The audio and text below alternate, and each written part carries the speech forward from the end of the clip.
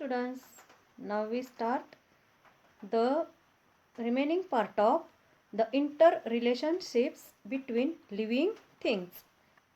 Okay? Students, we know any type of living things will be found only where all its needs are fulfilled. म्हणजे प्रत्येक प्रकारच्या सजीवाच्या गरजा जिथे पूर्ण होतील तिथंच सजीव आढळतात.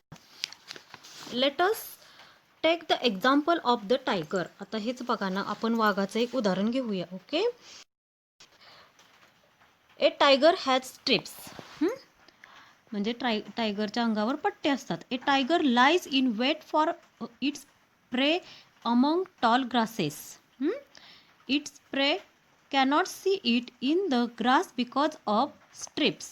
म्हणजे त्याचं शिकार, त्याची सावज पकडण्यासाठी वाघ गवतामध्ये दबा धरून लपून बसलेला असतो आणि त्याच्या अंगावरच्या त्या पट्ट्यामुळे वाघाचा त्याच्या सावजाला म्हणजे जी शिकार असते त्याला पत्ताच लागत नाही. It's the animal are there are animals like the deer, the nilgai and the bison in grasslands. When the tiger is hungry, it can feed on them. For a tiger, there also needs to be a water hole nearby which never dries up even in the summer.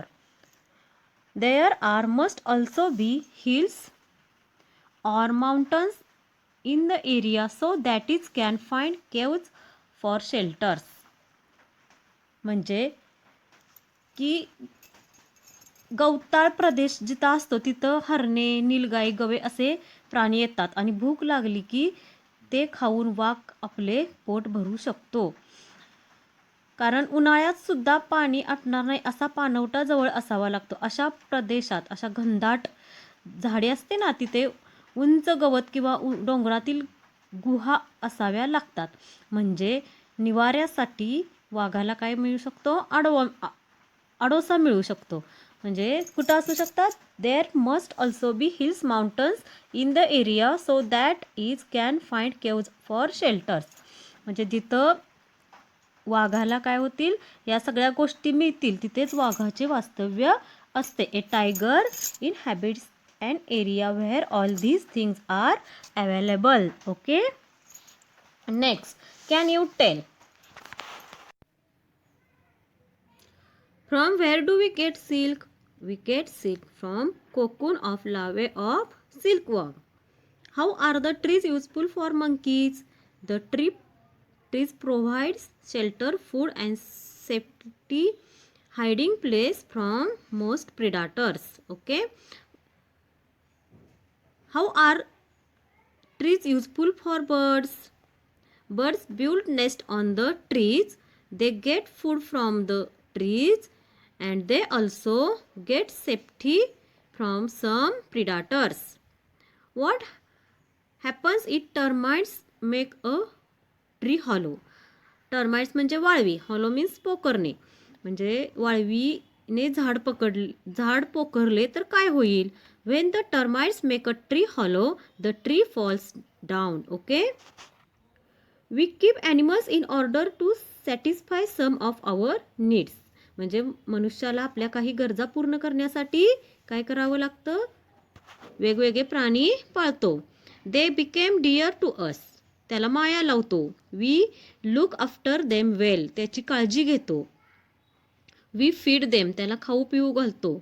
We take from a vet if they fall ill this animal to return our affection. म्हणजे काय होतं? जर तो प्राणी आजारी पडला तर त्याला काय करतो? वेट म्हणजे पशुवैद्य. त्या वैद्यांना दाखवतो. ओके. त्याची काळजी घेतो, त्याच्यावर उपचार करतो. Okay. We get milk, meat, eggs and several other things from the animals.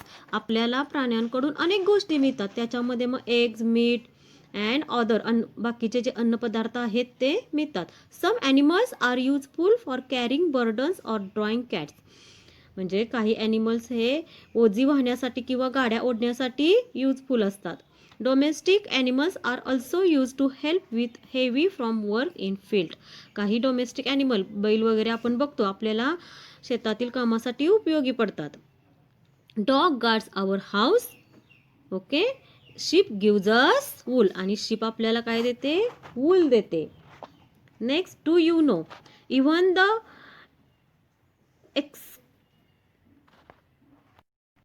excreta of domestic animals is of use to human beings. म्हणजे पाळीव प्राण्यांची विष्ठा देखील माणसाच्या उपयोगी पडते. म्हणजे शेणखत वगैरे असतं ना ते. The dung of cattle is made into dung cakes. They are combustible. They are used in some places as fuel. When they burn, they give out smoke. म्हणजे गाई म्हशीच्या शेणापासून जेव्हा गोवऱ्या थापतात, गोवऱ्या हा कसा आहे? गोवऱ्या म्हणजे शेणी आपण लावतो त्या. ज्वलनशील पदार्थ आहे. ग्रामीण भागात अनेक ठिकाणी ह्या जे शेणी असतात ना, त्या इंधन म्हणून वापरतात आणि त्याच्यामुळे काय होतो? धूर होतो. Next, a combustible gas called gobar gas is also obtained from the cattle dung.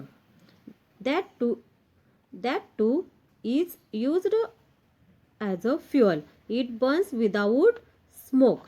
म्हणजे गाई म्हशींच्या शेणापासून गोबर गॅस नावाचा ज्वलनशील वायू तयार करतात आणि त्या ज्वलनातून धूर होत नाही. तोही आपण इंधन म्हणून वापरतो. ओके.